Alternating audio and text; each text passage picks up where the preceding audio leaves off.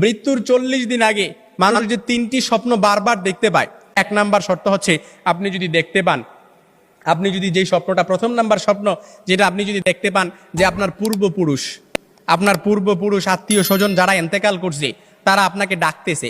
তারা আপনাকে ডাকতেছে, হাহাকার করতেছে, তাদের কাছে চলে যাওয়ার জন্য ডাকতেছে, কিংবা তাদেরকে বেশি বেশি স্বপ্ন দেখতেছেন, তখন মনে করবেন যে আপনার মৃত্যুর সময় গনিয়ে এসেছে। তবে এটাই যে খুব একেবারে বোঝার বিষয় এরকম কিন্তু নয়, কিছু বিষয় রেয়ার থাকতে পারে। তখনই আপনি আল্লাহর কাছে সাহায্য প্রার্থনা করবেন, আল্লাহর কাছে বেশি বেশি ক্ষমা চাইবেন। দ্বিতীয় নাম্বার যে স্বপ্নটা সেটা হচ্ছে আপনি যদি স্বপ্নে দেখেন যে আপনার বুক থেকে একটা পাখি বের হয়েছে আর এটা ছটফট করতে করতে আসমানের দিকে চলে গেছে, সাইয়েদনা আলী রাদিয়াল্লাহু তাআলা থেকে